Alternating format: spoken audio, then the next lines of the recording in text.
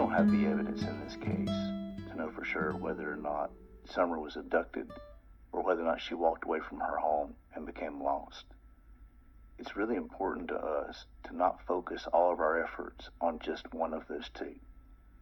We think that the only way we'll be successful in finding Summer is to continue to walk down both of those investigative paths to ensure that we don't become focused on one area alone and miss something that's crucially important. I would say this case has not gone cold.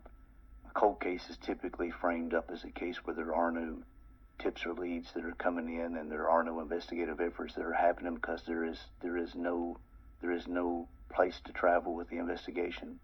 I would say in this case, thanks to the public, we've continued to have tips and leads that have come in that agents have been able to follow up on continuously.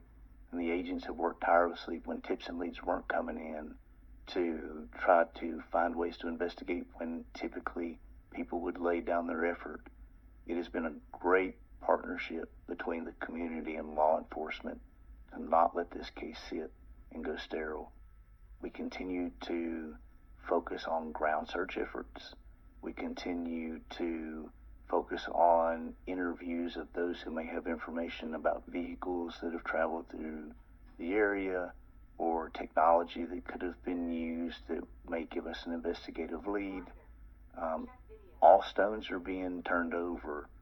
There's not one thing that's being done. We've been extremely creative as we've investigated this case and continue to try to find ways to turn over rocks that we didn't even know that were there to turn over. Children are our top priority at TBI. They are the most vulnerable population that we have. They're our most precious things in our world. TBI has always placed an emphasis on missing children. We've done that through multiple programs that are established here. We look for children when most people aren't.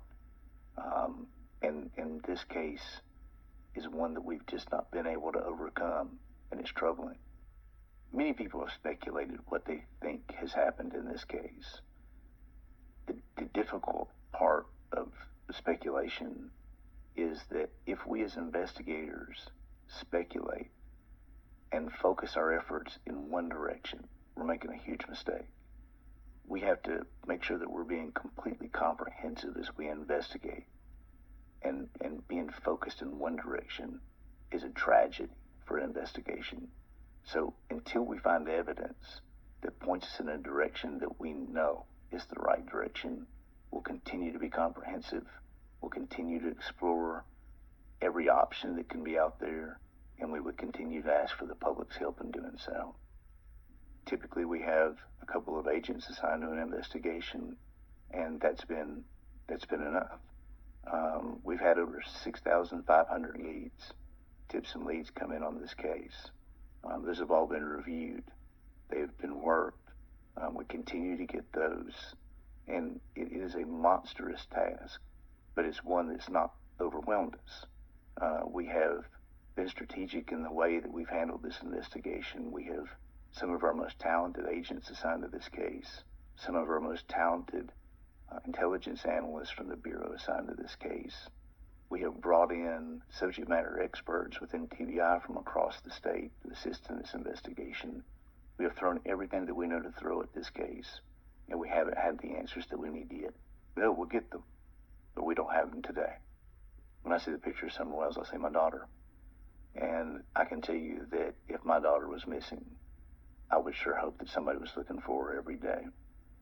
And it brings me concern and satisfaction, really, the concern that we don't have the answers, the satisfaction of knowing that we have the best agents at TBI that are working on this case in connection with other local law enforcement and federal agencies who are doing their best.